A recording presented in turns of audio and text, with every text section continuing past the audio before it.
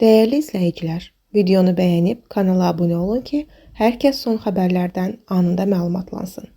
Azərbaycanda bir nəfərə məcburi əməyə cəlb edən şəxsə hökm oxunub. Məlumata görə Etibar Sozaloğlu Əliyev zərər çəkmiş şəxsə hədə qorxu gəlməklə, zor tətbiq etmək hadisəsi ilə, habelə qanunvericiliklə müəyyən edilmiş xüsusi hallarda başqa azadlığını məhdudlaşdırmaqla məcburi əməyə cəlb edərək istismar etdiyinə görə Daxili İşlər Nazirliyinin İnsan Alverinə qarşı mübarizə baş idarəsində araşdırma aparılır. Onun barəsində Cinayət Məcəlləsinin 144.2.1 məcburi əmək maddəsi ilə cinayət işi başlanılıb və işin halları ətraflı araşdırılmış, aidiyyəti üzrə məhkəməyə göndərilib.